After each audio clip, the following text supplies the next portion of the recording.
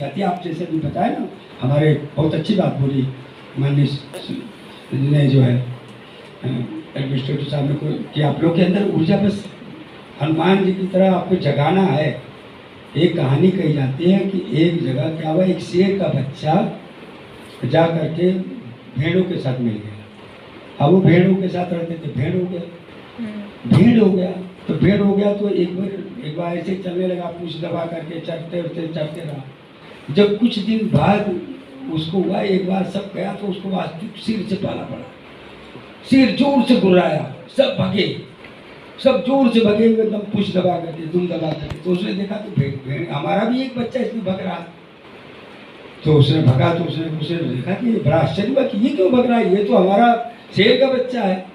तो उसने रोका उसको, रुको कहने तुम खा जाओगे, कहने रुको तो थोड़ा दूर ही रहो, रुको। कहा तुम देखो तुम कैसे हो। तो कहा मेरी तरफ देखो ध्यान से, कहा देखो मेरा शरीर तुम्हारा शरीर एक जैसा है कि नहीं? कहे है। कहे तुम्हारी पूंछ है। तो कहीं ये पीछे क्यों, इसको थोड़ा ऊँचे उठाओ, ऊँचे करो, ये दुम क्यों दबाए पड़े हो है। कहीं गर्दन झुकाए करो, आवाज़ कैसा लगा, तो पर भेड़ जैसा नहीं आ रहा था। कहने नहीं ऐसे नहीं, थोड़ा गर्जना जोर से करो, सिंह की गर्जना करो। तो जब उसने सिंह की गर्जना का कर और कर 2 बार सिखा, 3 बार सिखा, जैसे उसने सिंह की गर्जना किया वैसे सारे भेड़ अपने आप भागे। तो आप लोग कौन है? ईश्वर अंश जीव विनाशी। आप असफल होने के लिए नहीं आए यहाँ पर। आप लोग जो देखें अध्यात्म का संघ है, जो आप लोग जिनको पढ़ते हैं, विश्व के जितने हैं, एप्पल के हैं, चाहे हमारे जो है एपीजे कलाम साहब का पढ़िएगा, इन लोग की अच्छी अच्छी जीवनी पढ़ो कि ये लोग भी किसी स्टेज पर सुसाइडल स्टेट में थे। ये लोग स्टेज, लेकिन इनको संग अच्छा मिला। हमारे एपीजे कलाम साहब का कहा जाता है कि जब जाते थे उनका सिलेक्शन नहीं हुआ था एयरफोर्स में कहीं पायलट के रूप में, उनका 6वां नंबर था, 5 को ही सिलेक्शन था। तो 5वें के बाद जब 6वें जब फिर उनका नहीं हुआ तो इतना लिखे कि फ्रस्ट्रेट थे कि जाकर के ऋषिकेश के घाटों पर सुसाइडल करने की स्थिति में, तो वहाँ शिवानंद जी मिले। तो उन्होंने कहा तुम इस उद्देश्य से नहीं बने हो, तुम्हारा उद्देश्य कोई और बड़ा है, घबराओ नहीं।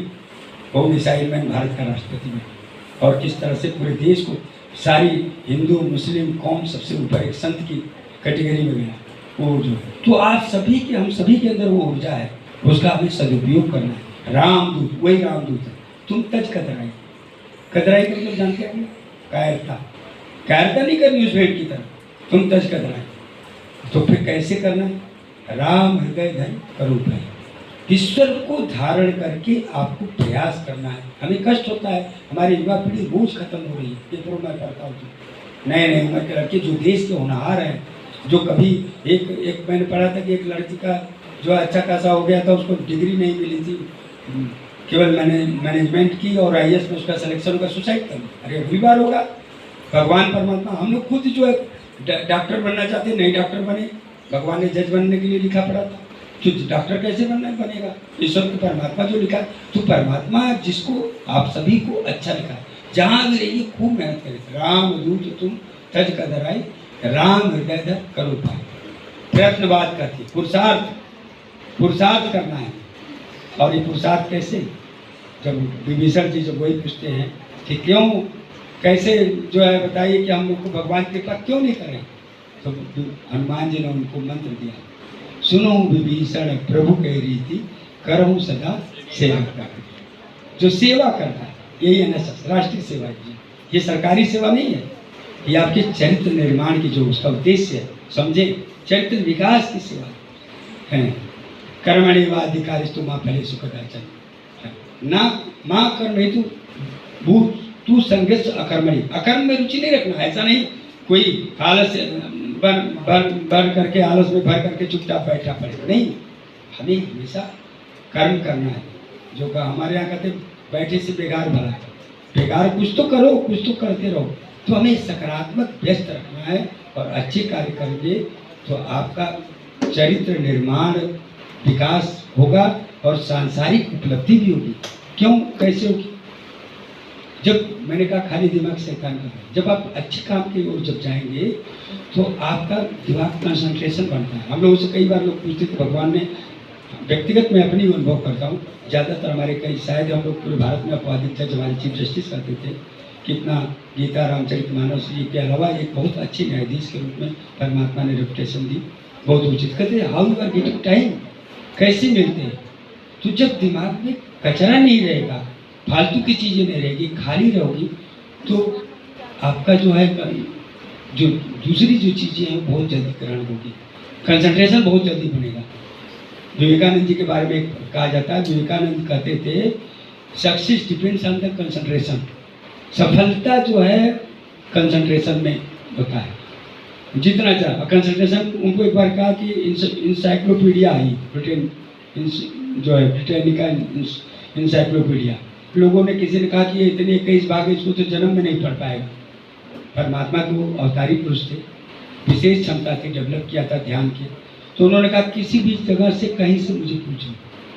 तो जब आप सकारात्मक सोचते हैं, सकारात्मक जाते हैं, तो आपकी ग्रेस्पिंग बहुत बढ़ जाती है, सफलता बढ़ जाती है। इनर सेल्फ कंपटीशन हम लोगों को देना रहा, उसमें भी अमंग स्टॉपर रहा आदमी जहाँ भी रहा। जबकि इन सब चीज़ों के अलावा परमात्मा ने जो दिया था अपने को, दिन भर इधर उधर कोर्ट के अलावा सारा काम राम भजन में, सकारात्मक कार्यों में, यूनिवर्सिटियों में, हर BHU में जाता हूँ, हर जगह बड़ी बड़ी यूनिवर्सिटियों में गया, सारे जितने देश की यूनिवर्सिटी हैं वहाँ मौका मिलता है तो ज़रूर जाता हूँ। बच्चों के साथ तो ज़रूर इंटरेक्शन करता हूँ, क्योंकि मुझे लगता है कि ये हमारे भारत के भविष्य हैं।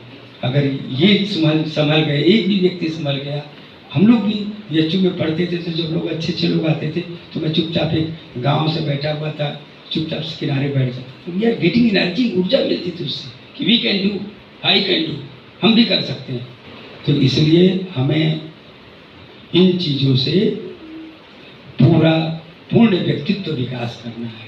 अंतिम में यही कहेंगे कि आपको कर्म, ज्ञान, भक्ति तीनों एक कहानी से समापन करेंगे कि एक व्यक्ति बरसात का ऐसे सीजन था, खूब नदी भरी हुई थी, 3 प्रकांड विद्वान चले नदी में, और नदी में जब जाते समय वो नाविक बैठा हुआ था, तो नाविक ने उससे पूछा, नाविक से को लगा कि ये बेचारा गांव का गंवार है तो उसका मजाक ले। अक्सर लोग मजा लेना हर कोई संसार में पसंद करता है।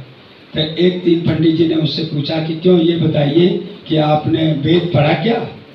तो उसने कहा, अरे महाराज जी मैं कहाँ वेद पढ़ा, मैं तो जिंदगी भर नाव चलाता रहा, मेरे को टाइम कहाँ रहा। फिर उसके बाद उन्होंने कहा कि क्यों, और दूसरे ने कहा कि क्यों तुमने वेदांत पढ़ा क्या, गीता पढ़ा, उपनिषद का? महाराज जी मैं कह रहा हूँ मैं पढ़ा लिखा नहीं हूँ, उठा छाप हूँ, मैं तो मेरे बाप दादा से लेकर के कई पीढ़ियों से हम लोग तो नाव चला के अपना पेट पालते हैं, मैं आप क्यों पूछ रहे हैं मुझसे? तीसरी बार उसने पूछा, तीसरी बार की एक ने कहा, अच्छा रामचरितमानस तो बड़ा सरल है, देहाती भाषा में, उसको क्या पढ़ा है क्या? वो फिर हाथ जोड़ दिया, महाराज जी आप बताओ, आप लोग क्यों मुझसे पूछ रहे हैं, मैं कुछ भी नहीं पढ़ा हूँ, मैं तो बस नाव चलाना जानता हूँ। तो उसी समय बरसाती नदी थी, खूब आंधी तूफान आया, नाव हिलने लगी। तो उसने महाराज जी लोगों से पूछा, महाराज जी ये बताइए कि आपने कभी जो है तैरना सीखा है क्या? तो वो तीनों ने कहा कि अरे नहीं, जिंदगी भर तो करते रह गया।